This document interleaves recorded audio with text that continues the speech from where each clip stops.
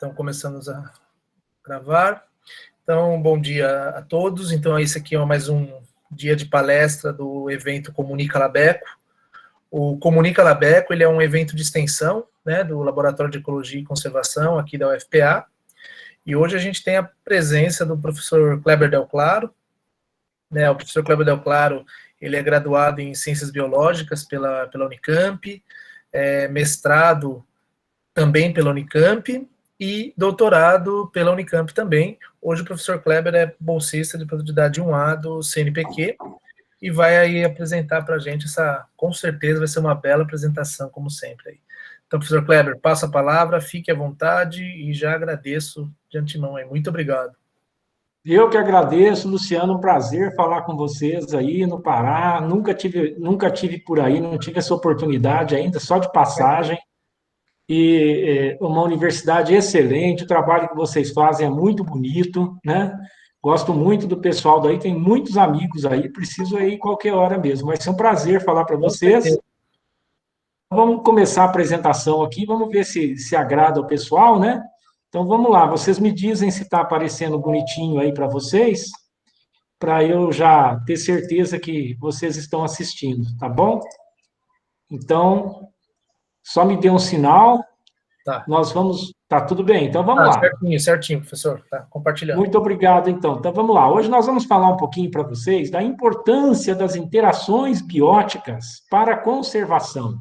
Como que nós relacionamos interações bióticas, aquilo que eu estudo, por exemplo, interações entre formigas, plantas, lagartas de borboletas, entre libélulas com outras libélulas e predadores e herbívoros no cerrado, né? Como é que isso, por que isso é importante para a conservação? O que isso tem a ver com a nossa vida, com o dia a dia? Primeira coisa, eu queria perguntar para vocês, né? Prestem atenção, pensem um pouquinho nisso daqui. Como e por que nós conservamos alimentos? Então, aqui vocês estão vendo um monte de alimentos diferentes, né? Por que nós conservamos alimentos? Por que nós precisamos conservar, estudar formas de conservar esses alimentos? E são alimentos muito diferentes. Porque se a gente não souber como conservar esses alimentos, os micro-organismos, principalmente, né, que a gente pôs uma lupinha, bactérias, fungos, né, protozoários, eles vão aparecer e vão estragar esse alimento. Então, para conservar, a gente tem que entender primeiro do que é feito, como é afetado pelo ambiente físico, pela temperatura, pela umidade, né, pelo clima, por fatores bióticos que estão presentes no ambiente, como as bactérias, os fungos, os micro-organismos, né? E tudo isso nós sabemos que varia, dependendo do local, dependendo do lugar e dependendo do tempo. Né? Se você, por exemplo, fosse um caçador-coletor e estivesse próximo do Polo Norte, no Alasca, e você matasse uma rena, era só você enterrar pedaços dessa rena no gelo, por exemplo, né? Que ela ia durar muitos dias até você poder comer. Aí, se você é um caçador, coletor ali do cerrado e matou um viadinho, você tem que comê-lo logo, porque é muito difícil você conservar naquele calorão do cerrado, né? Se você não tiver sal para salgar, se você não tiver alguma coisa para conservar aquela carne. Da mesma forma, então, nós temos que entender que todas essas interações dos animais, das plantas, dos organismos vivos, da natureza como um todo, ela depende do local, ela depende do tempo, ela depende do clima, para a gente compreender como é que nós vamos conservar. Primeira pessoa que realmente eu entendo assim, que chamou a nossa atenção para a complexidade das interações biológicas e para tanto que elas são profundas no nosso ser, foi a nossa querida Lynn Margulis, que faleceu em 2011, né? E ela era uma defensora da teoria da endobiogênese cereal, né? Ela tem um livro muito bacana, O Planeta Simbiótico, tem tradução desse livro em português, em espanhol, vocês até conseguem pela internet essa tradução. A Lynn Margulis, ela nos ensinou, por exemplo, a entender se nós viemos do macaco, não é? E não é uma coisa que nós, biólogos, sempre vem aí algum parente, normalmente engenheiro, cabeça dura, né? Querer encher o nosso saco e falar, você veio do macaco, nós viemos do macaco. Eu gosto quando eles me provocam, porque daí eu digo para eles, Rapaz, você sabe que eu não vim do macaco? Eu vim de micro-organismos, de micróbios altamente responsivos, interagentes, aquelas coisas que você odeia, aqueles micróbios, né? Bactérias, fungos. Nós viemos de algo parecido com aquilo, meu amigo, não é? É isso que a Lynn Margulis nos mostra. Por exemplo, nossa origem vem da onde? De mitocôndrias. Mitocôndrias nada mais são do que um organismo que invadiu uma célula e, a partir de um processo simbiótico, um mutualismo, propiciou o surgimento das células dos metazoários, da nossa existência. E um monte de outras organelas também são assim. Então, você, além de ser apenas um pacote genético buscando a sua sobrevivência, ainda depende de uma série de mutualismos, né, de organismos que vivem dentro de você. Então, eu até poderia, num senso da Lynn Margulis, dizer: você não é você, vocês são vocês. Você é uma comunidade interagente com uma consciência única. Né? Chocante isso para a gente, especialmente se você for uma pessoa extremamente religiosa. Muito bem. Quando nós podemos dizer que organismos estão interagindo? Nessa foto é fácil, não é? Eu tenho ali um bichinho que eu trabalho muito, Parateminoides nidificator, que é esse bichinho aqui, que é um pseudo-escorpião social do cerrado, e aqui ele está capturando uma formiga cefalotes para puxar para dentro do abrigo dele, aqui onde tem mais companheiros esperando. Então, essa aqui foi uma foto nossa que virou capa da Behavior Ecology and Sociobiology, nós estamos muito felizes. O editor chamou de Davi contra Golias, né? Porque é bem isso mesmo, né? Então, aqui é fácil dizer que os dois organismos estão interagindo, porque o comportamento de um organismo provoca uma reação no outro organismo e vice-versa. Você pode enxergar o que está acontecendo. Tem um resultado de vida e morte aqui muito claro. Agora, quando nós olhamos um organismo, né, uma interação na qual nós temos um organismo que se comporta de alguma maneira, que no nosso senso humano, presta atenção, a natureza é assim, né, meu caro? Tudo que nós observamos na natureza é o seu senso, o modo como você enxerga a natureza, tá? Não antropomorfize as coisas, ou seja, o modo como nós enxergamos a natureza pode ser diferente do modo como ela realmente está ocorrendo, realmente está interagindo ou reagindo. Mas, aqui nesse caso, por exemplo, nós observamos uma mariposa, essa mariposa está ali, provavelmente retirando pólen, polinizando uma orquídea. Como é que eu sei que estão interagindo? A mariposa é certo para nós, é mais fácil, ela se comporta de alguma maneira. Mas e a planta, não é? Então, para a gente saber nas interações animais e plantas, quando um estaria interagindo com o outro, além de observar os comportamentos, nós temos que observar o resultado desses comportamentos. Tanto na abelhinha, que não estou vendo que ela coleta pólen, vai para o ninho, aí eu vou lá estudar o ninho da abelha, vejo que ela deixa mais filho quando ela come mais pólen, tem mais ovo, né? E para a planta, eu tenho que acompanhar a produção de sementes, se realmente foi influenciado pela visita dessa abelha. Então, para dizer que espécies estão interagindo, o valor adaptativo de uma deve obrigatoriamente sofrer variação resultante da interação com a outra espécie. Interações entre plantas e animais são muito antigas, né? Elas datam para mais de 300 milhões de anos atrás, tá? Há interações que já começaram há 400, 430 milhões de anos atrás, com comedores de esporos, por exemplo, raspadores de folhas de pteridófitas, depois de gimnospermas, até chegarmos nas angiospermas. Mas o que surgiu primeiro? O antagonismo, a herbivoria, ou a colaboração, por exemplo, a polinização? Não é uma coisa interessante nas interações bióticas? Aqui eu mostro para vocês um besouro, um Chaliognath phalanx, né, um cantáride, numa mirtácea aqui do nosso cerrado. Aparentemente, ele está fazendo polinização, mas eu digo para vocês que não, ele está comendo pólen, né? Então, nem sempre é o que parece, tá? Então, isso aqui é uma figura de um livro meu da professora Helena Maura, com vários colaboradores, de 2012, está em português esse livro, acho que é a edição esgotada da Technical Books, né, sobre interações insetos e plantas. Essa figura aqui ela mostra para a gente claramente esses aspectos da evolução, tá? Então, muito provavelmente começou com herbivoria, com uma relação antagonística lá no passado, no Devoniano, mais de 400 milhões de anos atrás, tá?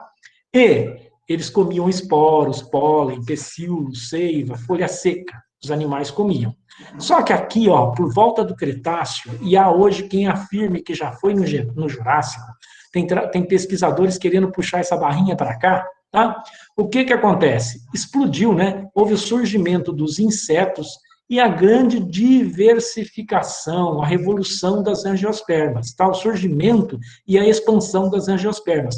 Nesse período aqui é que parece que surgiram as principais relações mutualísticas, tá bem?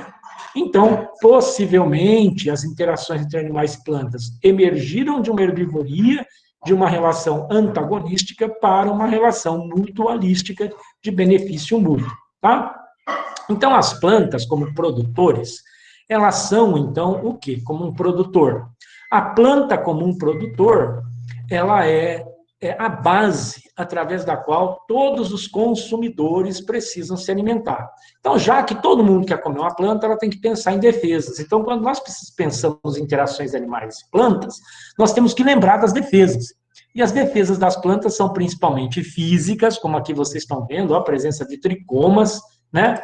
Defesas químicas, como a presença de látex, que é uma defesa física, mas pode ser química quando associado a alcaloides, terpenoides, glicosídeos, pirrolizidínicos, por exemplo, tá? Defesas desenvolvimentais, que são muito interessantes no cerrado, plantas que produzem folhas novas, que produzem flores ou frutos na época que tem menos herbívoro no campo, na época daquela seca danada do cerrado, né? Julho, agosto, é aquela seca, não tem uma gota d'água e elas estão lá produzindo folhas novas, tudo porque tem menos herbívoros também. E defesas bióticas, que é a associação com outros animais. O maior deles, o mais associado, são formigas, mas nós, recentemente, em algumas séries de trabalhos, né, nós mostramos que tem 39 espécies de aranhas de cerrado, aquelas pequenininhas que a gente não dá bola, saltícide, clubione, por exemplo, né, que estão associadas com plantas de cerrado, também com nectários estaflorais, protegendo essas plantas. Tudo bem até aí? Eu estou falando muito rápido, mas vocês acham que dá para acompanhar direitinho. E depois, como está sendo gravado, vai lá no YouTube do canal da Universidade Federal do Pará, né, e reveja a palestra. Muito bem, mas qual a importância das interações entre plantas e animais para a vida na Terra e para a sua conservação? Pensa um pouquinho. Enquanto você pensa, você vê que a nossa caneca da ciência que nós fazemos, que eu ganhei de presente, e acompanha a ciência que nós fazemos. Nosso canal de divulgação científica na internet, Facebook, Instagram. A gente é mais ativo no Facebook e no YouTube, tá bom? Inclusive, meu curso de ecologia, estou colocando lá à disposição para quem quiser assistir. E o curso de comportamento animal já está inteirinho lá no meu canal do YouTube. É só procurar pelo meu nome, Kleber Del Claro, YouTube, e assiste lá o nosso curso de ecologia. Muito bem. Um dos pontos centrais para nós em ecologia é entender o padrão de distribuição das espécies em comunidades naturais, não é isso? Para entender isso dentro desse tópico, nós precisamos compreender a maior biodiversidade tropical. Da onde vem a maior biodiversidade tropical? Porque ela é tão maior do que nos climas temperados. Ora, tem o efeito da temperatura, do solo, da pluviosidade, do relevo. Como assim, professor? Temperatura. Há uma menor variação de temperatura, de média de temperatura ao longo do ano nos trópicos. Gente, quanto que varia a temperatura aqui nos trópicos? Você tem uma... Aí vocês estão no Pará, tem dia que está 40 graus, tem dia que está 22 graus. Varia 20 graus, muito, não é? Por exemplo, está aqui no sudeste do Brasil, então estamos pegando essa faixa toda, tropical, subtropical. Tem dia que está 30, tem dia que está 19, já variou 10. Chuva, aí chove tempo, aí chove direto, aí não para de chover, não falta água, tá certo? Aqui para nós, tem uma época de seca, mas uma média de chuva de 1.200, 1.300 milímetros de chuva por ano, não falta água. Quando nós vamos para um clima temperado ou um clima mais nórdico, o que acontece?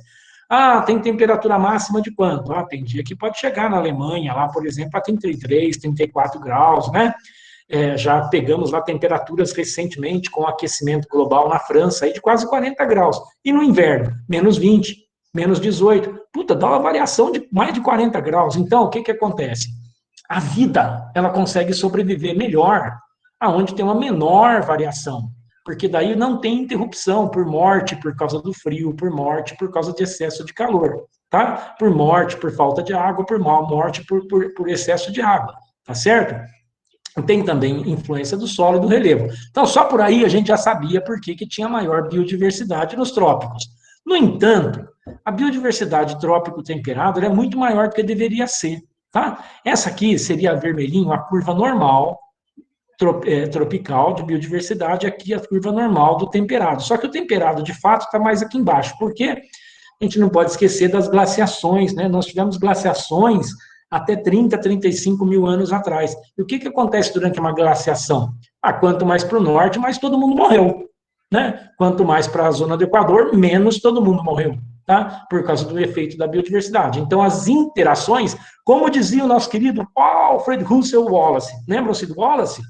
O amigão do Darwin, o Alfred Russel Wallace, ele escreveu numa carta para o Darwin lá atrás: quando estou aqui nos climas tropicais, na floresta tropical, parece que eu estou olhando para o passado, porque as interações ecológicas, parece que elas são muito mais constantes, gerando vida nesses locais, tá? É como se a economia da natureza, que é o título do livro do Heraclitus, tá?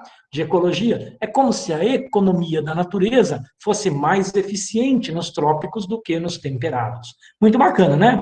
Do outro lado, nós temos que lembrar que existe diversidade alfa, diversidade gama, não é? Que é a local, a regional, e existe a diversidade beta. O que é a diversidade beta? A diversidade beta é a diversidade das interações ecológicas, daqueles organismos que vão de um lugar para o outro, né? Levando pacotes gênicos, fazendo recombinação biológica, não é isso? Essa diversidade beta é uma grande mantenedora de biodiversidade, porque é uma diversidade que permite uma maior interação. A diversidade beta, ou seja, os organismos que vão de um lugar para o outro, eles incrementam a conectividade na rede trófica, eles aumentam a onivoridade, ou seja, organismos que participam de diferentes níveis dentro de uma mesma cadeia trófica, tá? Então, eles aumentam a complexidade das cadeias tróficas.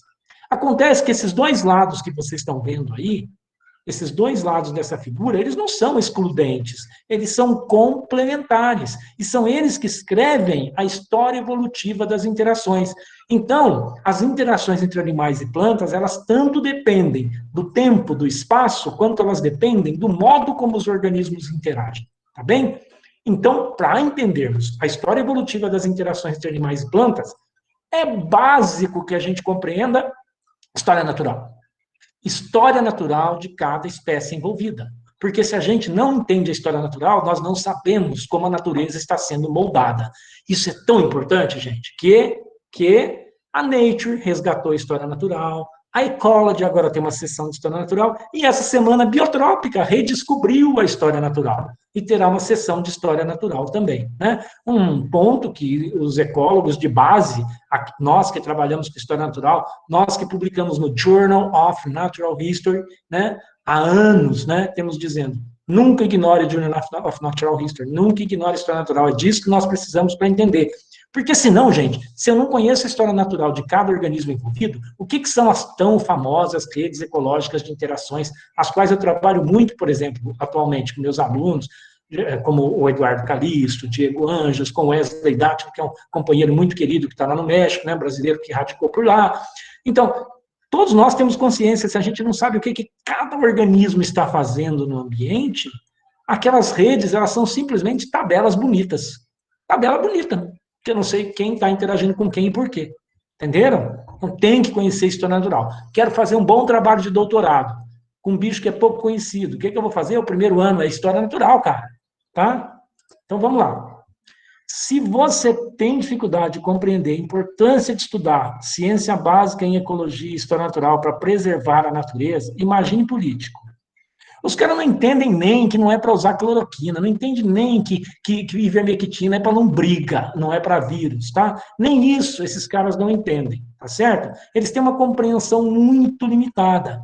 Então, nós temos que saber e nós temos que nos esforçar para levar o nosso conhecimento para fazer esse pessoal entender o que é biologia, o que é ecologia, biotecnologia, inteligência artificial, outras genética, né? Nós temos que aprender a educar esse pessoal, porque é muito perigoso um político burro, um político que não sabe, que não entende as coisas básicas de ciência, de educação e cultura, ele é um perigo para um país como um todo. Entenderam? Então, nós precisamos nos aproximar do meio político e levar, através da divulgação científica, conhecimento para esse pessoal. E precisamos dar um jeito de transformar conhecimento em voto, porque isso é o que político valoriza. Muito bem. Então, vou retornando ao nosso assunto, a biodiversidade tropical tem os dois lados que se complementam na história evolutiva das interações. Então, para conhecer a história evolutiva das interações, eu me dedico a estudar bastante a diversidade beta, a diversidade das interações, que nasce de uma relação única numa cadeia trófica. Então, toda cadeia trófica tem aqui o seu produtor, vocês estão vendo o produtor, que é uma plantinha, e essa plantinha tem herbívoros que podem ser amigáveis ou não, por exemplo, o comedor de folha e o polinizador, né? É um amigável, o outro não. Tem os predadores desses herbívoros, tem os parasitoides desses predadores, tem os parasitoides dos herbívoros. É um sistema trófico simples. Acontece que tem vários produtores próximos desse produtor meu aqui. E os organismos que estão indo nessa planta, eles não necessariamente estão indo só nessa planta, eles podem estar indo em outras plantas que estão aqui ao redor também, conectando uma planta com a outra. Quando essa conectância acontece, nós falamos que estudar essa rede de interações ecológicas talvez seja o ponto mais importante para a gente conhecer a biodiversidade, que a biodiversidade, ela provavelmente não depende tanto de indivíduos, mas depende da gente conhecer quais grupos de indivíduos estão mantendo a biodiversidade num determinado local, num determinado ecossistema. E a isso nós chamamos biodiversidade interativa, um termo criado pelo nosso colega John Thompson desde 1996, tá? Leiam John Thompson, acompanhem John Thompson, tentem conseguir o livro dele, Relentless Evolution, de 2011, onde ele mostra para vocês que evolução pode não ser lenta, gradual, como você pensa. Mesmo em organismos como insetos, peixes, né, nós podemos encontrar a evolução rápida, em questão de 1 ano, 2 anos, saltos evolutivos. Talvez seja por isso que nós nunca encontramos o elo perdido entre nós e os outros macacos antropóides, por causa de saltos evolutivos. Muito bem. Vou tomar uma aguinha, porque a garganta, né? Garganta de velho já vai fraquejando. Então, o John ele tem uma outra coisa muito bacana, que é a teoria do mosaico geográfico de coevolução. Tem tudo a ver com o que a gente estuda. O que acontece? Baseado em 3 observações ecológicas. Espécies são grupos de populações geneticamente diferenciadas, lógico. Os resultados das interações entre as espécies variam entre comunidades. Lógico, uma comunidade nunca é igual a outra, tem mais de um, menos de outro, tá? Outra coisa, espécies interagentes divergem em seus alcances geográficos. Lógico, o tanto que uma formiga caminha não é a mesma coisa que uma onça caminha, né? O tanto que uma planta dispersa pelo vento consegue ir mais longe para jogar seus filhos não é a mesma coisa que uma planta dispersa por uma anta. Então, é diferente, tá? Então, temos 3 bases claras. A essas bases, o John Thompson, então, apresenta 3 características da sua teoria. Para ele, há uma seleção em mosaico, ou seja, o que é um mosaico? Aqueles vitral de igreja, todo coloridinho, né? Há uma seleção em mosaico entre as populações, favorecendo diferentes trajetórias evolutivas em diferentes populações. Então, assim, numa população pode ter um que se destaca de um jeito, um que se destaca do outro, e isso varia de uma população para outra. No entanto, parece que há subseções dentro de comunidades no qual a mudança evolutiva ocorre mais rapidamente, o que ele chamou de hotspots coevolutivos. Isso porque acontece que ocorre uma mudança contínua, um remix, uma mistura dentro dessas populações que é resultado desse mosaico, dos hotspots evolutivos, do fluxo gênico e também do acaso, da deriva genética, por causa que espécies podem chegar e espécies podem sumir de uma determinada população. Então, essa teoria do mosaico geográfico de Thompson, no fundo, o que ela diz para a gente? Olha, as interações bióticas são super antigas e parece que podem extinguir-se espécies num determinado ambiente. Lógico, ao longo do tempo, as espécies podem sumir, espécies podem aparecer, por causa do processo evolutivo. Mas as interações ecológicas, repare, elas permanecem, elas não mudam. Ou seja, você tem uma interação animal-planta, trocou o animal, trocou a planta, mas aquele tipo de interação continua. Ou trocou só a planta, ficou o animal e foi para uma outra planta, ou trocou só o animal, ficou a planta, veio o outro, entendem? Por quê? Porque as espécies são geneticamente diferenciadas, elas se intercruzam, elas se relacionam dentro das comunidades, dependendo do seu alcance geográfico. E, portanto, em regiões onde é favorável a interação ecológica, por exemplo, nos ambientes tropicais, pode acontecer mais rapidamente um remix, uma recombinação, produzindo indivíduos, né, mais favoráveis a viver naquele sistema e produzindo populações que conseguem se manter ampliando a diversidade naquilo que se chama de hotspot coevolutivo. Entenderam? Beleza. Então, vamos lá. Não entendeu? Pega a teoria e lê, né? O melhor professor, o melhor orientador chama-se livro, paper, tá bom? Vai lá. Muito bem, é isso que a gente faz, né? Eu, com a minha maior parceira de trabalho, a professora Helena Maura Torezan Singard, que trabalha com polinização, com florivoria, nossos alunos, nossos colegas aqui, né?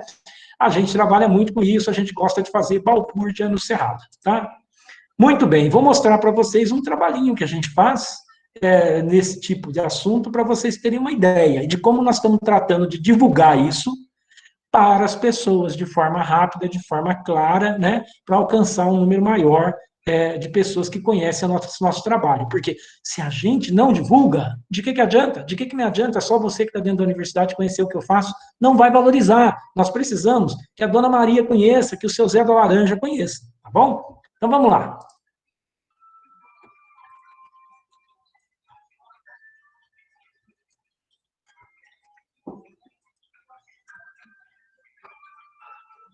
Então, nesse trabalho, nós estudamos uma interação entre formiga, planta e aranha no cerrado. A gente conseguiu mostrar que as interações entre formigas e plantas, embora algumas vezes possam ser prejudiciais a polinizadores, assim como interações entre aranhas e plantas, no fim das contas, a diferença de comportamento das aranhas e das formigas soma-se numa complementariedade que melhor protege algumas plantas do cerrado. Entenderam? Nesse caso, a eficiência das aranhas e das formigas em retirar herbívoros aumentou até 50% a produção de frutos em uma planta do cerrado.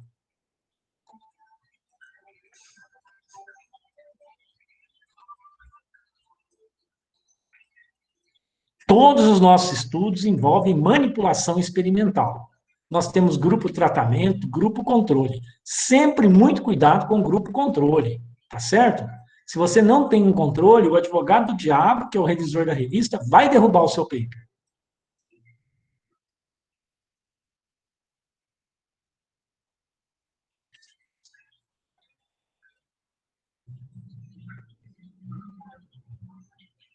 Olha só o número de frutos produzidos, gente. Formiga e aranha junto, ó. Número de sementes produzidos, ó. Formiga e aranha junto, ó. Bombou. Número de sementes viáveis, formigas e aranhas juntas. Uhul!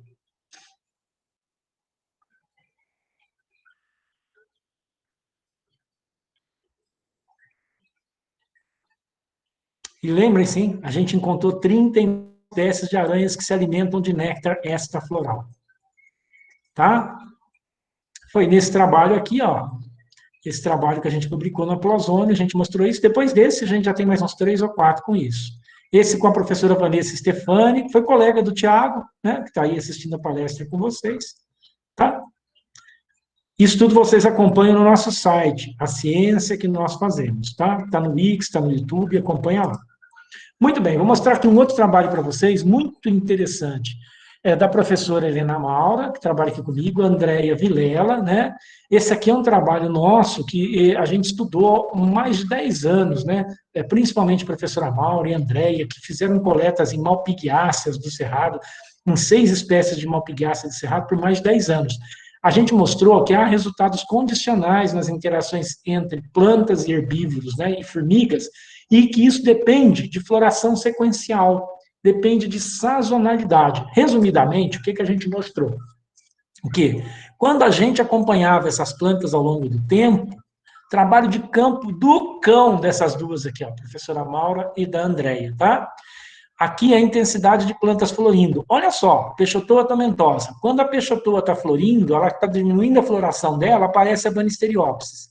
Quando a Banisteriopsis está terminando de florir, aparece outra Banisteriopsis, a Campestris. Quando a Campestris está acabando de florir, aparece a Malifólia. Olha só, gente, e sabe o que, que acontece? Os herbívoros generalistas, eles mudam de uma planta para outra. Então, o que, que acontece, gente? Essas malpighiáceas do cerrado, elas são supermercado, entendeu? Elas são um supermercado para essas espécies animais que estão as acompanhando ao longo do tempo. Agora, o que, que acontece se a gente quebrar esse supermercado? Né? Aqui é a rede de interações que a gente tirou desse trabalho, mostrando que é uma rede aninhada, tá? Onde nós temos as 4 espécies de plantas e aqui as formigas associadas. A gente mostrou que as formigas diminuem a taxa de herbivoria.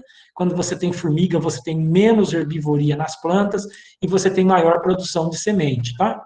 Uma coisa que a gente mostra nesse diagrama circular aqui, está aqui um estudo em diagrama circular no mesmo trabalho, a gente mostra o seguinte, ó, a planta floresce, e quando ela floresce, aparece nectária estafloral na base dos pecíolos, em folhinhas jovens, isso atrai as formigas, né? E aí as formigas vão atacar os herbívoros, ó, que estão aqui, ó, parece as formigas vão atacar os herbívoros, reduzindo a herbivoria nas plantas e aumentando a produtividade. Gente, é um reloginho da natureza, parece que está tudo muito ajustado, muito bonitinho, tá?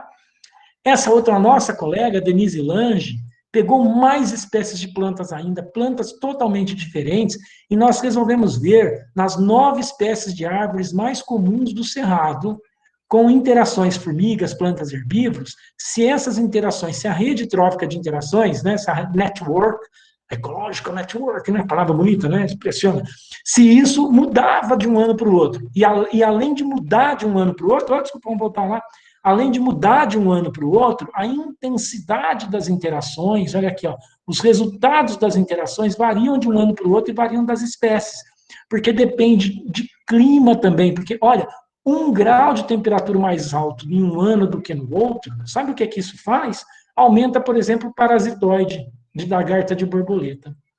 Muito bacana, né? Naquele trabalho que a gente mostrou anterior, a partir desses 2 trabalhos anteriores, nós resolvemos ver se aquilo que a professora Maura e a professora Andréia observaram junto com a gente ao longo do tempo, né, como é que aquilo se comportaria ao longo, por exemplo, de 10 anos de estudo. Então, a professora Maura tinha 6 anos de estudo, a Andréia tinha 3 anos de estudo, nós conversamos com um rapaz da engenharia mecânica, esse rapaz aqui, o Virgílio, ele desenvolveu um software para mostrar como é que era aquele reloginho das plantas que a gente estudou na natureza. Então, o que vocês vão ver agora é o seguinte, aqui vocês têm a produção de folhas, aqui vocês têm a produção de botão floral, aqui vocês têm a produção de flores, aqui vocês têm a produção de frutos. Isso aqui é a pluviosidade ao longo do ano. Então, isso aqui, ó, seca, chuva, 1 ano, seca, chuva, 2 anos, 3 anos, 4 anos, estão vendo? E aqui são os meses. Cada cor diferente aqui é uma das 4 espécies de plantas que a gente estudou. E são indivíduos reais na natureza, tá? Então, olha como é um reloginho a história dessas malpighiáceas no cerrado e como elas produzem flores, frutos e botões florais alternadamente para os seus herbívoros. Olha só. Estão vendo, gente? Elas têm folhas o ano inteiro. Todas elas têm folhas. Mas olha aqui, ó, botão floral, flores, frutos. Gente, olha só que coisa louca. Ao longo dos meses na natureza, olha só. Muito lindo isso, não é? Pois é. Aí o que a gente fez além disso? Nós resolvemos fazer um estudo sobre uma coisa que a gente percebeu, que a temperatura na nossa região em Uberlândia estava aumentando. Nós conseguimos comprovar que de 2005, quando nós começamos esse trabalho, até 2014, houve um aumento de quase 1 grau Celsius na temperatura média do nosso cerrado.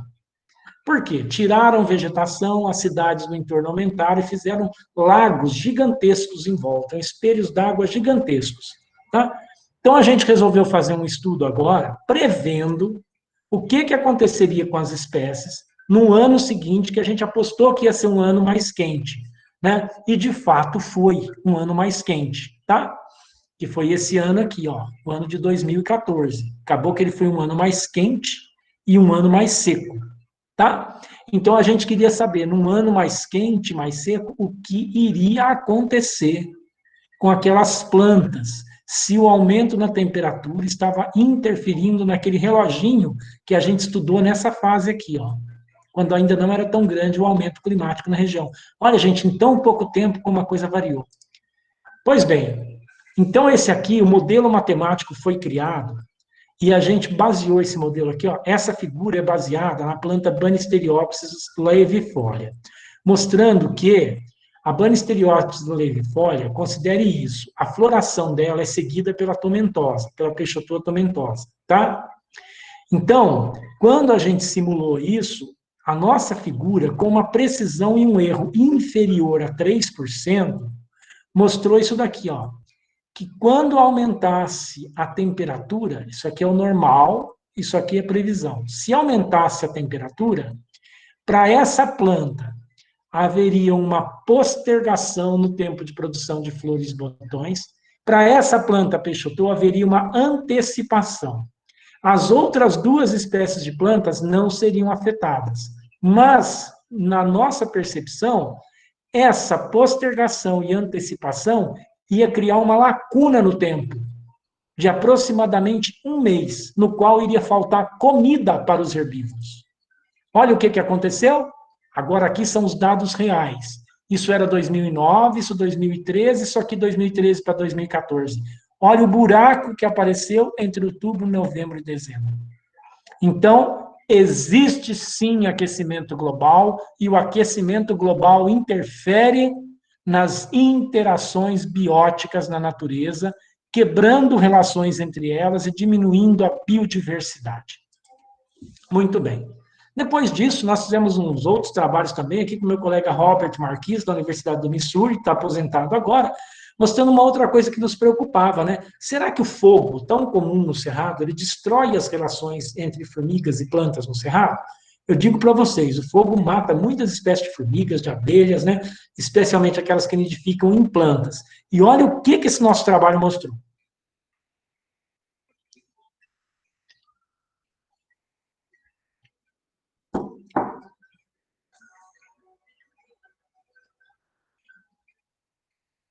Gente, nós vamos mostrar para vocês que as formigas são resilientes. Então, embora algumas espécies de formigas aí, né, cortem planta para cultivar fungo, a maioria delas é carnívora, né? Então, de mais de 13 mil espécies de formigas, apenas 300 cortam planta para cultivar fungo. Muitas delas, como essa daqui que a gente fotografou no Cerrado, elas vão ali, olha, vocês estão vendo ao vivo aí, né, a cores, as formiguinhas se alimentando do nectar estafloral e retirando herbívoros das plantas. Atacam, por exemplo, lagartas de borboletas, espantam besouros, tá certo? Então, nesse estudo que a gente publicou na Biotrópica, com o Bob Marques, né, um cara muito bacana, viu, gente? Nós mostramos que a proteção oferecida por formigas, e lembrem-se, aranhas também podem aparecer, né? Elas, pelas formigas terem diferença nos seus tamanhos, na sua agilidade, na sua capacidade, e aonde elas fazem ninho, as formigas acabaram por serem resilientes à ação do fogo.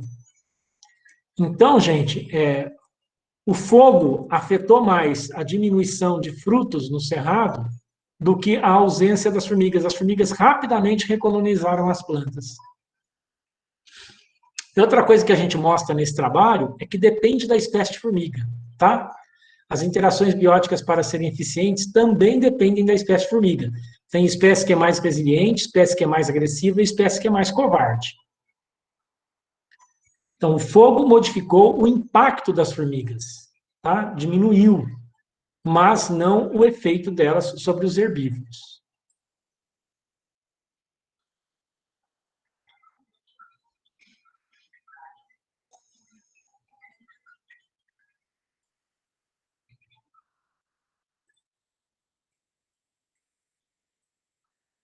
Mais um videozinho que está lá na ciência que nós fazemos, ilustrando para vocês, tá?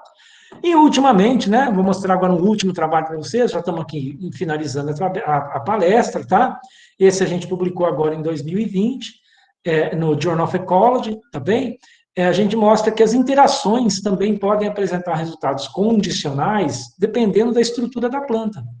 Nós fizemos um trabalho, gente, na qual a gente tentou relacionar a teoria com a manipulação experimental e com um teste real de campo. A teoria da defesa ótima em plantas, ela nos diz o seguinte, que se uma planta visa aumentar o seu valor adaptativo, ela de alguma maneira vai investir recursos em partes da planta que são mais importantes para ela proteger da ação de inimigos naturais. Então nós pensamos assim, o que é mais importante para uma planta? Folha jovem, meristema apical e inflorescência. Numa planta que tem nectário extrafloral, então, se a gente puder considerar o nectário extrafloral como uma defesa induzida da planta, uma defesa que não é constitutiva apenas, não nasceu com a planta, não é uma química, a planta pode modificar aquilo, dependendo do impacto que os herbívoros causam nela, uma defesa induzida, então que as plantas deveriam aumentar, por exemplo, o volume de néctar produzido, a quantidade de açúcar nesse néctar que está sendo produzido ao longo do tempo para atrair mais formigas que protegessem a planta do impacto dos herbívoros. Se isso for verdade, a gente comprova a teoria da defesa ótima numa relação formiga-planta. E, além disso, a gente prova que os nectários extraflorais são uma defesa induzida.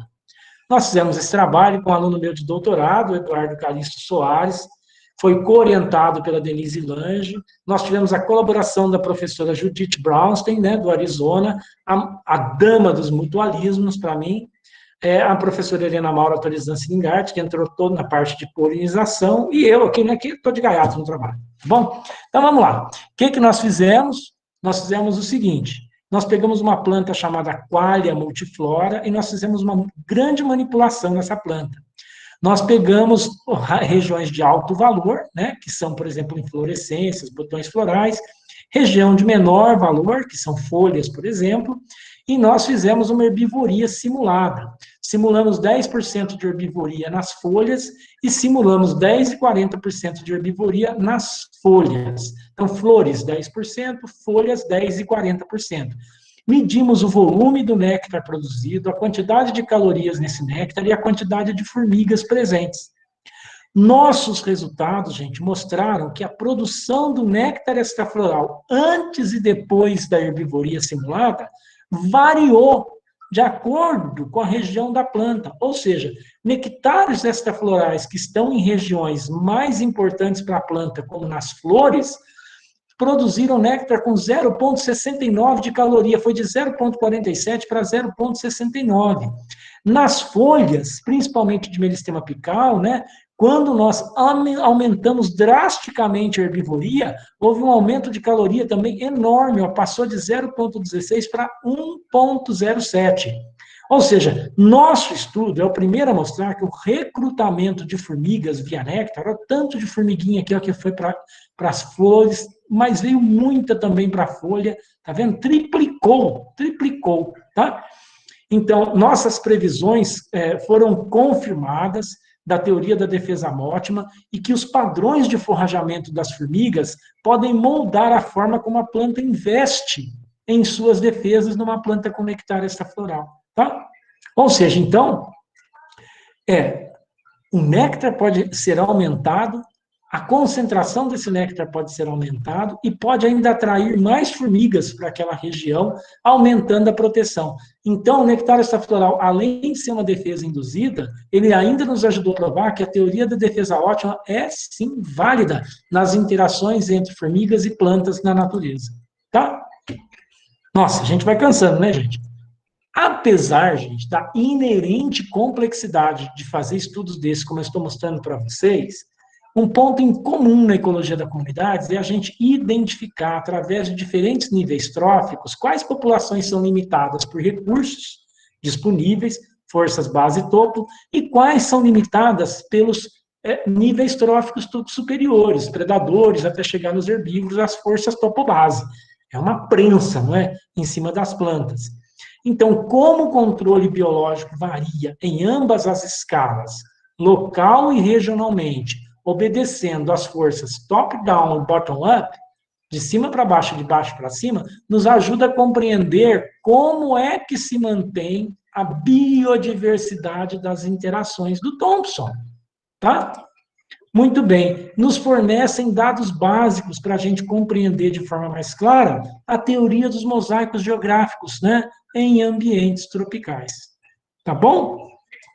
Muito bem. Então, a natureza, gente, em suas mais diversas experiências, estruturando cadeias tróficas que mantêm vivas as comunidades naturais, ela encontrou um mecanismo eficiente de burlar o tempo e as transformações do tempo. São as interações ecológicas. Elas apareceram para a natureza com um papel fundamental no teatro evolutivo. Elas são uma peça evolutiva que é contada ao longo do tempo. Os atores podem ser substituídos, mas o espetáculo permanece. Tá? Lembrem-se uma coisa: o futuro da conservação das comunidades da Terra passa obrigatoriamente pela compreensão de que nós temos que entender que os cientistas precisam de cooperação, multidisciplinaridade e humildade. Não há heróis mais. Não existe aquela coisa do eu sou o cara. Não. Nós precisamos de todo mundo para salvar as interações bióticas, para salvar o nosso planeta. Todos são importantes, com diferentes tipos de estudo, contribuindo para a gente conhecer, para a gente aprimorar esse conhecimento e para a gente cooperar, para a gente conservar. Não há papel mais ou menos importante nessa história. O que interessa é preservar a Terra. Esse é o único mundo que nós temos para viver. Tá? Então, muito obrigado a todos vocês. Deixo uma frase bem bacaninha da Lynn Margulis aqui. A vida na Terra é mais como um verbo. Repara, mantém, recria e supera a si próprio. Espero que vocês tenham gostado. Convido vocês a seguir a gente em A Ciência que Nós Fazemos. E em breve, né, agora em abril, está previsto para 21 de abril, sai um novo livro nosso, Plant Animal Interactions, Source of Biodiversity, tá? Pela Springer.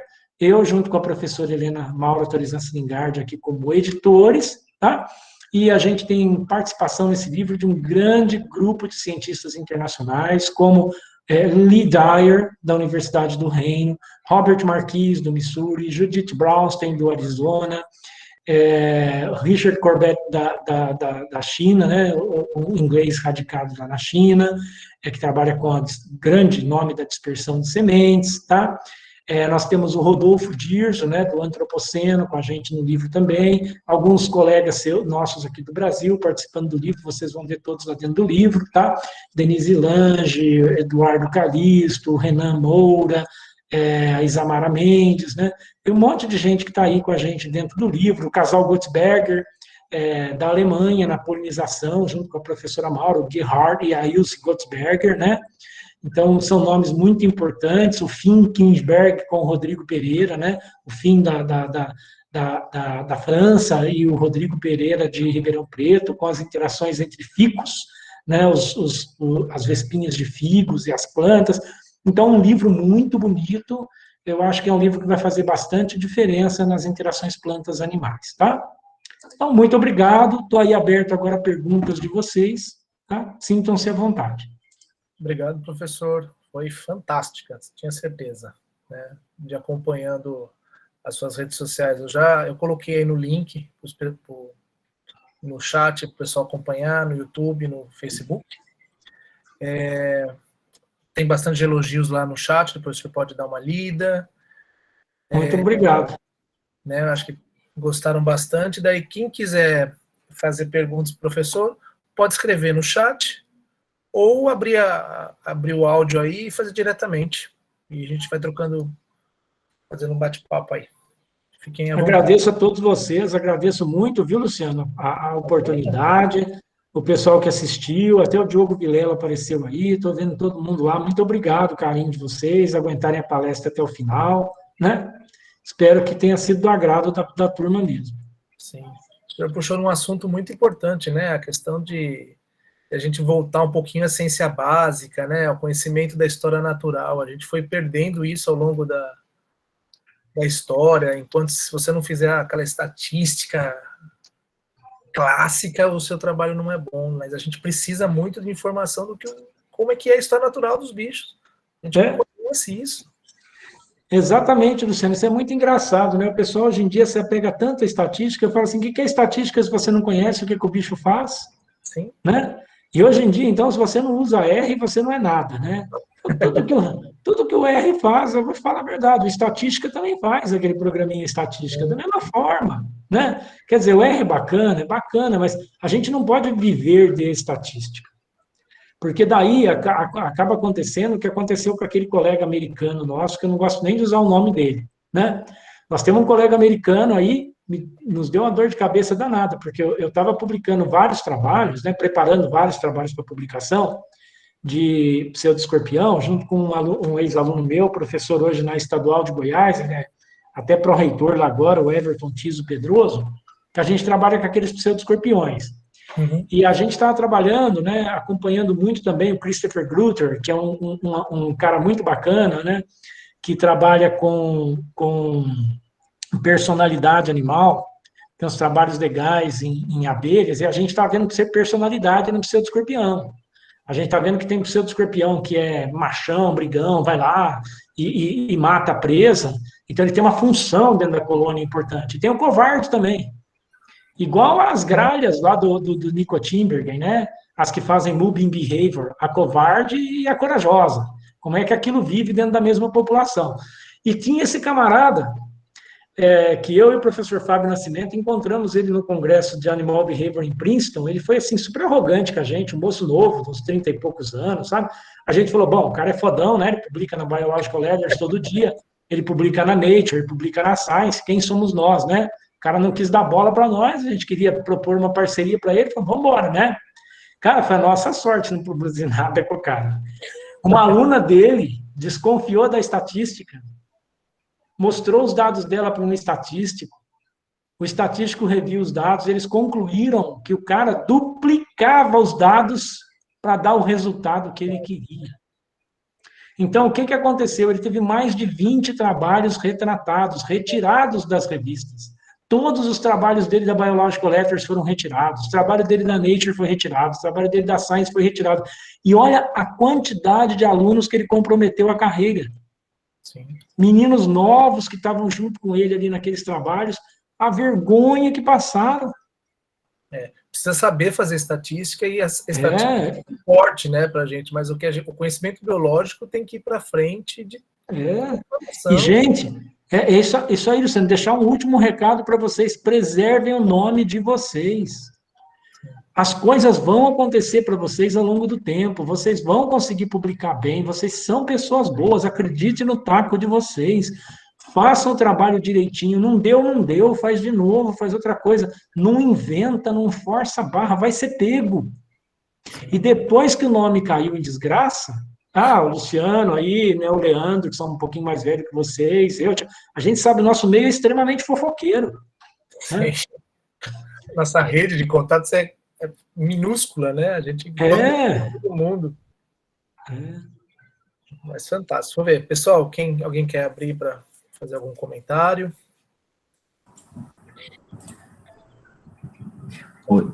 Bom, primeiro, parabéns, Kleber. Como sempre, ouvir falar, te assistir, é muito inspirador, é muito trabalho importante, seus livros, seus artigos também sempre ensinam muito a gente. Concordo totalmente com esses pontos que você defendeu. A ciência básica, né, na verdade, ao longo do tempo, ela foi ficando sem ser valorizada. E hoje em tudo, não tem como nós discutirmos qualquer padrão, nós não conhecemos o que as espécies estão fazendo, né?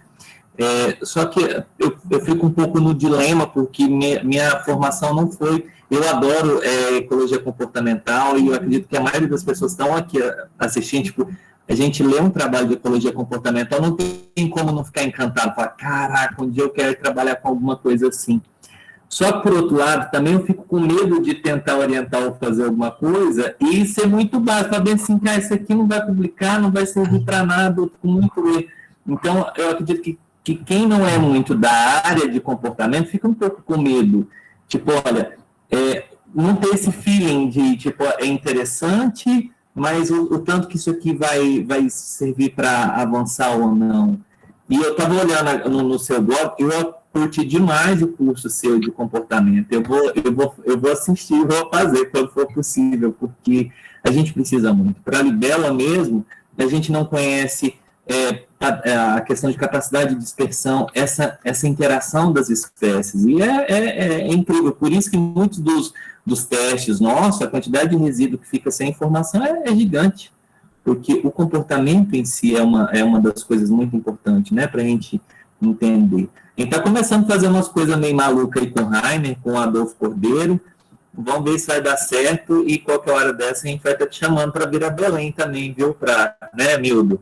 Para a gente conversar, para a gente discutir trabalho, fazer algumas parcerias, porque a gente precisa desse input aí de gente experiente. Mas, assim, uma das perguntas seria, como que a gente pode, além, claro, da literatura, ter esse limiar entre o que é legal e o que pode ser uma coisa meio fazer mais do mesmo, Kleber?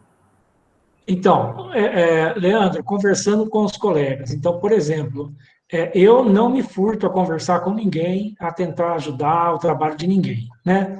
E outra coisa que eu gosto de deixar muito claro, não é porque uma pessoa ajudou no seu trabalho que ele tem que participar do seu trabalho, que ele tem que participar daquela publicação.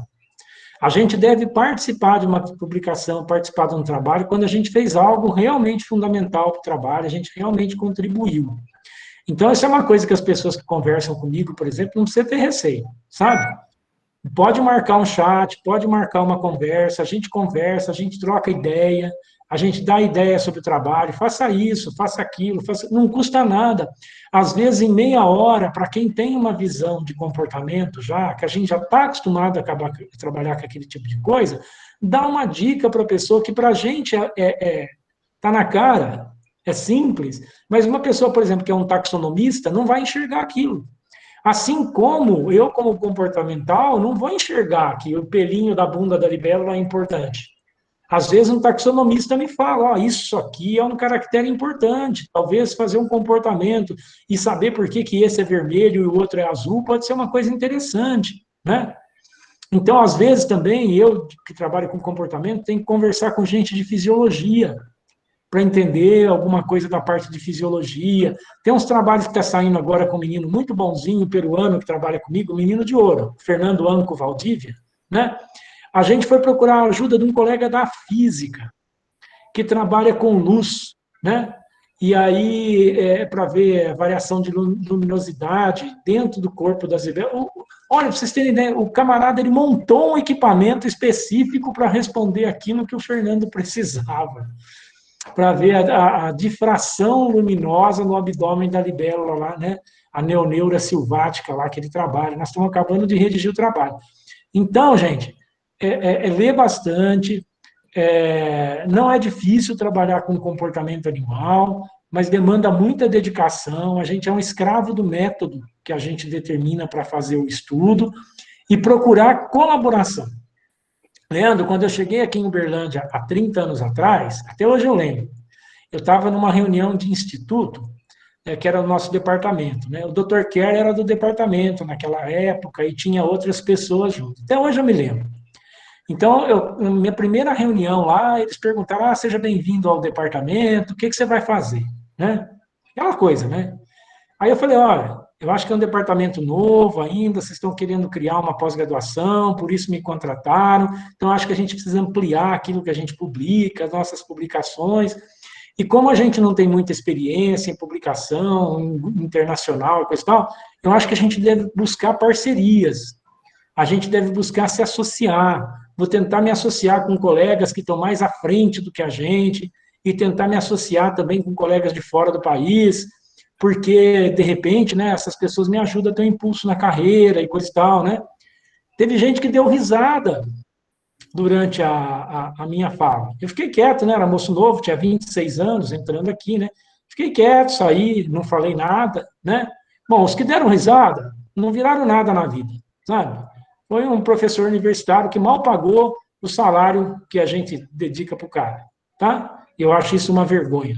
Mas o Dr. Kerr, no final da reunião, saiu, bateu no meu ombro assim, e falou assim, né? Determinadas coisas você não escuta, sabe? É melhor fazer o que você fez. Deixa entrar por um ouvido, sair pelo outro, né? Porque ele era muito desbocado, né? Ele falou um palavrão assim, para ver fazer isso pela boca, eu já estou cheio na minha vida inteira. Faz o que você falou, que você está certinho, você está certinho. Segue nisso aí que você está certinho, né? Ah, Leandro, eu te aconselho muito. Eu sou de uma área, quero entrar na outra. Vou me associar com pessoas da outra área, né? Vou ver se sai uma coisa legal, uma coisa bacana. Você está aí, por exemplo, com o Cordeiro, né? Com o Rainer, são pessoas boas, sabem trabalhar bastante com comportamento, né? O Rainer foi meu aluno aqui, aos poucos ele vai deixando de ser teimoso na vida, menino muito bom. Muito obrigado, Kleber. Eu acho que o Diogo levantou a mão e tem uma pergunta no chat também. Diogo, pode ir. Tá, pode perguntar. À vontade. Oi, gente. Bom dia, tudo bem com vocês? Bom dia. Primeiro, Kleber, parabéns aí pela palestra, foi muito legal, como sempre, aí trazendo os resultados dos seus trabalhos. Eu queria saber de você o que você acha, se você viu um trabalho relativamente novo aí do Adolfo, né, a gente falando do Adolfo, que é o da etodiversidade. Então, o que eu queria saber é o seguinte, a gente sabe que o impedimento taxonômico, ele é muito, assim, é um fator que atrapalha bastante trabalhos ecológicos, né, porque você não tem a certeza da identificação, então isso acarreta vários problemas, desde trabalhos básicos de ecologia até trabalhos que utilizam estatística robusta, né? Então, o que você acha dessa nova faceta da biodiversidade, que é a gente atrelar também o comportamento dentro de todas essas, dessa diversidade, né, da etodiversidade? Diogo, eu acho que é fundamental, é super importante. Quantas espécies crípticas nós temos que a gente separa elas apenas pelo comportamento? Para anfíbio, isso é muito claro. O professor Célio Haddad, da Unesp de Rio Claro, já mostrou isso há bastante tempo. O professor também José Pérez Pombal Júnior, do Museu Nacional, no Rio de Janeiro, para anfíbios também, já mostrou isso, né? Porque temos muitas espécies crípticas, tá? Espécies que você só separa, muitas vezes, pelo comportamento. O pessoal que trabalha com moscas, né? Nossa, tem mosca que você separa ela pelo cariótipo e pelo comportamento. O resto ela é totalmente idêntica, né? Então, outro dia também, além desse trabalho do Adolfo, eu vi outro dia um trabalho também mostrando que tudo aquilo que se conseguia mostrar pela sistemática filogenética dava mais ou menos a mesma coisa quando trabalhávamos com a sistemática mais tradicional, antiga, né, de comparação anatômica, morfológica, comportamental, né, que basicamente convergia, as diferenças eram muito poucas, né. E, aliás, eu também fico com muito receio de trabalho puramente de sistemática filogenética, trabalhos muito puros disso, porque dependendo do viés que o cara escolheu, sai para um lado, dependendo do viés, sai para o outro. Então, se você escolher um viés que é muito parecido com o viés da análise morfométrica, tradicional, né? Você faz a parte genética, mas de olho na outra, costuma dar muito parecido. Agora, eu já fui em congresso de zoologia em que eu vi, para um mesmo grupo de peixe, sai duas linhas filogenéticas totalmente distintas em dois trabalhos apresentados, um na sequência do outro. Aí eu perguntei para os caras assim, qual de vocês está certo e qual de vocês é o louco? Né? Aí por quê? Alguém está certo, alguém está louco, porque o negócio dava totalmente diferente, né? Então eu acho muito importante a gente somar fatores. Fatores. A morfologia, o comportamento, a sistemática filogenética, e rever as coisas com cuidado também. Porque também dentro da taxonomia a gente tem visto aí uma coisa que é perigosa, os criadores de espécies novas, né? Isso está sendo complicado. Em abelha, eu estou vendo gente aí ser muito criticada por não usar critérios muito específicos e aquela ganância de produzir um paper, descrevendo, às vezes, a mesma abelha como 3 espécies diferentes, sabe? E aí o pessoal pegando isso, está ficando feio, né? Tá certo. Obrigadão, Kleber. Eu que te agradeço, meu filho. Estou terminando de corrigir o trabalho lá, vou mandar para você ler para nós. Beleza. Tá? O Rodrigo Cesário perguntou ali, né, o que eu acho desse conceito de comunidades, né, desintegração do conceito de comunidade, se adotar uma pesquisa regional, que considera a distribuição espacial das populações, onde a diversidade beta perde um tanto do seu significado. Eu não acho que ela perde significado. A diversidade beta, ela é importante local, regional e no todo. Porque, como a Lynn Margulis fala, nós somos interações ecológicas, né? Então, o tempo todo, seja dentro da intracomunidades, intrapopulações, você tem que estudar as interações. Mesmo se você não liga para a planta, estuda só animal, estuda uma espécie animal, você tem que estudar as interações intraespecíficas também, que tem uma variação enorme. Como eu estou te falando, existe a coisa, para mim é muito claro, que existe a coisa da personalidade animal, que deve ter alguma manifestação genética disso, algum gene que a gente vai confirmar ainda. Rodrigo, você veja só, tem uma aula minha lá, você pega de comportamento lá, bacana, sobre o organismo, que a gente discute o organismo, como é que a gente trabalha com comportamento, né? Se você pegar os ratinhos que vivem lá na pradaria dos Estados Unidos, eles têm um gene chamado AV1PR, que é um gene da monogamia. O gene AVPR1A, que é um gene da monogamia. O ratinho que é monogâmico, ele tem aquele gene. O ratinho que é poligâmico não tem aquele gene. Tá? O pessoal resolveu estudar esse gene, descobriram ele no ser humano, cara. Nós temos o mesmo gene, só que com 5 alelos no nosso caso e 3 alelos no caso do ratinho. Então, você é um cara fiel à sua esposa dependendo do gene que você tem. Olha só, eu fico imaginando as moças no futuro, né, se essa pesquisa avançar, ela está sendo feita na Suécia, por um grupo que trabalha com desenvolvimento embrionário, embriológico humano lá. Se esse negócio avançar, a moça vai pedir o seu DNA antes de namorar você, saber se você é traíra, se você não é, né? Então, tá vendo? Isso aí vai depender, um indivíduo da população, como é que ele interage. Se esse indivíduo dentro da população ele é monogâmico ou poligâmico, isso muda tudo dentro de uma comunidade. Ele deixa mais filho ou menos filho. O poligâmico deixa mais do que o monogâmico. Então, como é que a monogamia se mantém? Não é? Aí tem as outras coisas que estão relacionadas, né? A certeza da paternidade, essas coisas. Tá bom? Kleber, o Leandro, o Joen aí levantou um assunto de a gente fazer não tentar, às vezes, se arriscar muito no comportamento, né? Eu sempre fui muito apaixonado por comportamento, mas assumo que eu nunca trabalhei. Acho que eu fui aluno do Zé Sabino na graduação. Sim, o Zé é um cara muito querido. Daí, assim, conheci o Ivan, que eu acho que é da parte de peixe, de comportamento, vem o Ivan, depois Sabino, a Lucélia, a Jansen, e eu acho fantástico, mas eu acho que está bem ainda apagada a parte de comportamento de peixe no Brasil, assim. Eu queria, a minha esperança era que o Raoni tivesse deslanchado mais, né? Ele fez. Pega os trabalhos do Raoni com a pistograma, para você ver. É lindo os trabalhinhos do Raoni com a pistograma. E aquilo lá dá trabalho, mas não é difícil da gente fazer. Entendeu? Então, Luciano, se achar um peixinho interessante aí, liga para nós, a gente conversa, te dá umas dicas, sabe? Faz isso, faz aquilo outro, de bom coração. Aqui, riachos com água clarinha que dá, né? Saiu um trabalho agora do Jansen, com um aluno dele, com o Douglas, de comportamento de poraquê, mostrando o comportamento reprodutivo, alimentar do poraquê. Sim. Muito, muito legal, muito bonito o trabalho. Fantástico, assim, tudo que a gente nunca entendeu dos peixes elétricos, sabe? Sim. Fantástico, a gente precisava conhecer mais isso, mas pode deixar, a gente vai começar a se arriscar, né, Joen? Joen já está mais arriscando a mais, eu ainda tô tímido.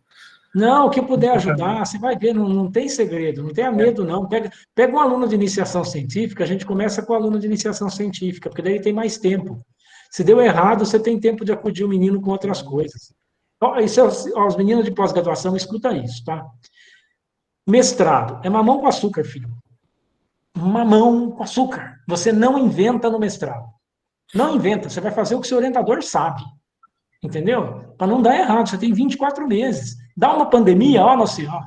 Aí, ó, dá uma pandemia e você está fazendo uma coisa que o orientador não tem intimidade, ferrou. Entendeu? Então, mestrado não é lugar de inventar. Orientador que dá bicho raro para você trabalhar no mestrado, que quer complicar o mestrado, coisa tal, sarta fora.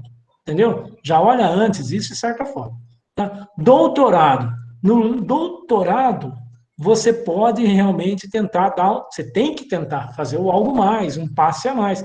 No doutorado, todos os meus alunos, a gente trabalha com plano A, B, e aqueles mais difíceis têm o plano C. Porque se der errado, eu tenho uma coisa para tirar da cartola. Quanto aluno meu, eu já sabia, por assim, vem aqui e quer trabalhar com uma coisa que eu não trabalho. Eu falo, eu não gosto de destruir o sonho de ninguém. Eu falo, o cara quer trabalhar com isso, vamos dar uma oportunidade. Né? Não vai dizer que eu fui o cara que destruiu o sonho dele. Vamos tentar. Aí chegando a 1 ano e meio, 2 anos, não deu nada, eu falo, agora vai fazer com o meu. Porque senão você vai ficar sem tese. Né? Porque daí ele fala, mas não, já está aqui, já está prontinho, segue aqui, ó. Vem aqui, ó, a planta já está lá, o bicho já está lá, vamos fazer, salvar o seu doutorado, publicar 3 papers, que é o que se espera do doutorado, né, que o menino publique 3 papers, vamos fazer isso aqui, tua alma está salva. Né? Você tentou, não deu, estou aqui tentando ajudar, mas, né? Então, eu comecei a trabalhar com libélula por causa da Fernandinha e por causa do Rainer, sabe? Os dois apareceram no meu laboratório, faziam minha disciplina de comportamento animal e não queriam trabalhar com inseto-planta. Aí eles falaram, a gente acha a libélula bonita e coisa e tal. Botei os dois como dupla no campo. Brigaram em 1 semana, né? Não pela Fernandinha, né? Porque o Rainer é uma coisa difícil. Aí eu separei os dois, apartei os dois. E comecei a trabalhar com a Fernanda numa linha e com o Rainer, os dois desenvolveram. Uma gracinha os dois, né? O Rainer é um expoente hoje das libélulas no Brasil, né? E a Fernanda também, né? A menina super dedicada, fez tudo direitinho lá com a gente, né?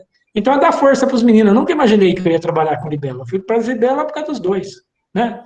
Então, eu gosto de dar chance para os meninos. Mas a gente tem que, além de dar chance, deixar sempre o menino sabendo. Se vê que vai dar errado, vai trabalhar com as minhas plantas e com as minhas formigas, porque eu sei que dá certo, né? Quando eu cheguei em Belém, eu fiz PUC em Sorocaba. Né? Eu sou de São Paulo e fiz PUC em Sorocaba. E a Maura fez PUC também, fez PUC em Campinas. Campinas. Quando eu vim para Belém, porque desde pequeno eu queria o sonho de vir para a Amazônia, para trabalhar com peixe na Amazônia. Eu trabalhava com peixe do Tietê, em São Paulo. Né? E daí eu falei, não, quero ir para a Amazônia. Só que eu vim para cá e fui trabalhar com o Ronaldo Barton. E ele me jogou para trabalhar com pesca. Eu relutei, viu, Kleber? Porque a sorte que eu consegui um projeto da WWF para trabalhar com comunidade.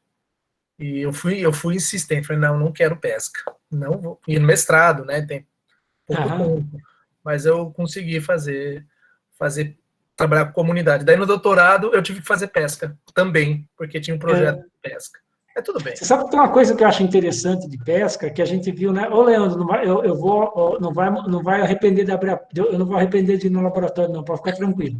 Ô, Luciano, sabe uma coisa que eu acho super interessante de pesca? É o seguinte, você viu, né, que o tamanho dos peixes estão diminuindo por causa da pressão da pesca, não é? Então, é uma adaptação ao antropoceno, a pressão do homem sobre os animais, né? Então, a gente já vê na região de Manaus, lá tem muito peixe diminuindo de tamanho por causa da pressão da pesca. Eu acredito que eles estão mudando o comportamento. Entendeu? Eu acredito que eles estão mudando o comportamento em função da pressão de pesca. Talvez indo para mais fundo, bicho que era de correnteza, já saindo da correnteza. Eu acredito que esse tipo de coisa também vai, porque o homem pressiona demais. Sim. A pressão predatória do homem faz as espécies se adaptarem de um modo muito rápido.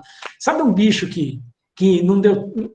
A hora que eu percebi, não deu tempo de fazer nenhum trabalho para provar que isso. Eu ainda tinha vontade de ver, de alguma forma, um trabalho para provar isso. O pernilongo da dengue. O pernilongo da dengue. Esse bicho, quando apareceu as primeiras vezes, o Aedes na casa da gente, ele voava na casa inteira. Se vocês repararem agora, ele é um bicho que gosta de picar pé. Ele fica no chão, embaixo de cadeira, embaixo de móvel, e ele pica o pé, quando no muito, a hora que você desconfia, ele está picando o seu cotovelo.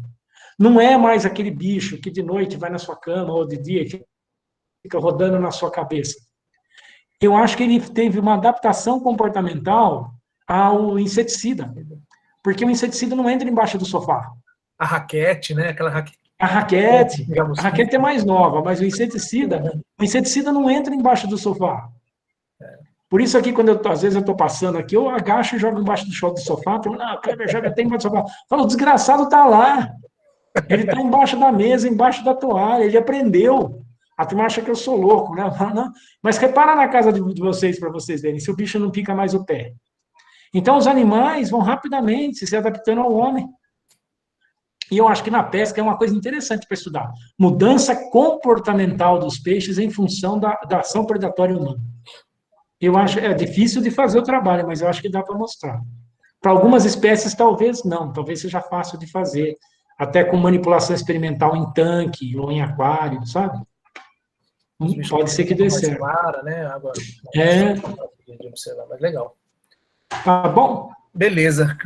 Pessoal, mais alguma pergunta? Eu acho que o Vitor tem uma, miúdo. Quem? O Vitor, pode fazer. Bom dia a todos. Bom dia, Vitor. Deoclaro, excelente palavras que você passou aí pra gente, conhecimento seu, eu fico maravilhado. Sou fã dos seus trabalhos, eu sou doutorando aqui do Programa de Ecologia aqui da UFPA, orientando do Joem.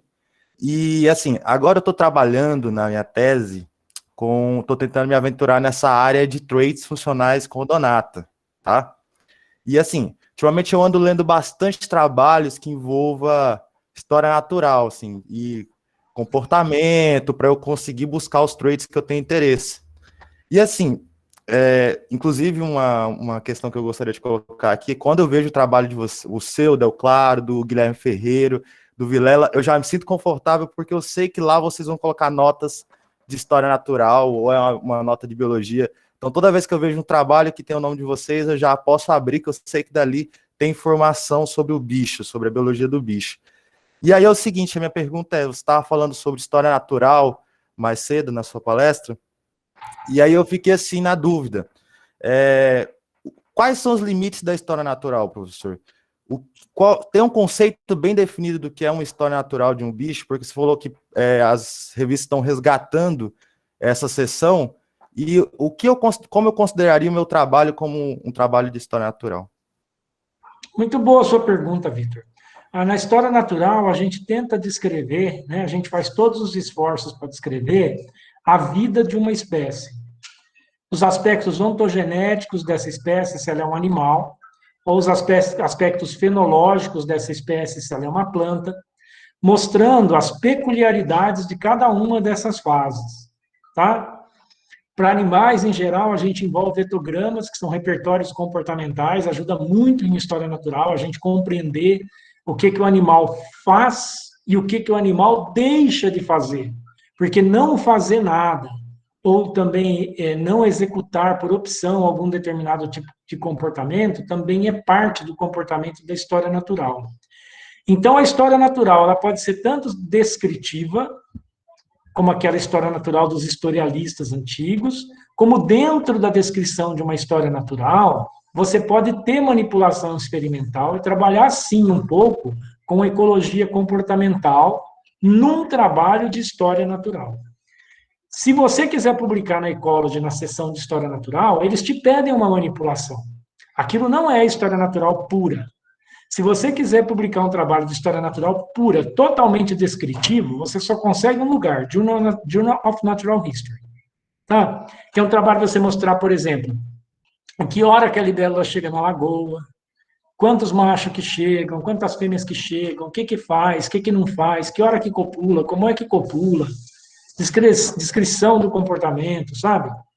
Quantos ovinhos põe aqui, quantos ovinhos põe ali, que época do ano que socorre, como é que está a temperatura, como é que está a umidade, se você observou ou não interação com outras espécies. Tudo isso também quantificado, qualificado, com média, com desvio, com as coisas básicas que a gente faz, sabe? Envolve bastante fotografia. como o Luciano deve ter feito, o Luciano foi aluno do Zé Sabino, né, o mestre da fotografia, então fotografia, envolve bastante fotografia, se documentar, porque tem muita coisa de comportamento que se eu não fotografar, o cara não acredita que aconteceu. Entendeu? Se eu não filmar, o cara não acredita que aquilo lá acontece, né? O meu orientador de doutorado, uma vez, ele foi no campo comigo, aí chegou lá no campo, dali a pouco ele estava gritando, nossa, a formiga faz isso mesmo. Eu xinguei tanto ele, falei, achou que eu estava mentindo para você? Que eu falei que ela fazia isso, né? Qual o meu interesse, né? Entendeu? Sim, sim. Então, a gente tem que observar. Agora, você entendeu o que é? Sim. Sim, eu sempre fico meio que nessa dúvida, quando é que eu posso chamar o meu trabalho de história natural, e essa definição que você falou logo no início aí, de como que o animal vive, essas questões me deu uma esclarecida legal aí sobre isso. Você explicou aspectos da life history do bicho, você já está trabalhando com história natural. Tá bom. E muito obrigado aí pelas respostas. Incentivo aos pesquisadores de nata a continuar trabalhando sobre história natural, porque eu estou lendo bastante desses trabalhos e tem bastante lacuna aí. E em breve, se possível, vou apresentar isso daí, e para a gente tentar sanar essas lacunas de história natural das libelas, né? Beleza. Obrigadão. Nada. Muito obrigado, Luciano. Vamos liberar a turma para almoçar? Vamos. Já tem que fazer almoço, né? Estamos em casa. Eu tenho reunião do Instituto daqui a pouco. Professor Kleber, muito obrigado, viu? Eu que agradeço. Foi fantástica. Vou parar de gravar aqui. Tá, agradeço demais, viu, Luciano? Imagina, foi fantástico. E pode ter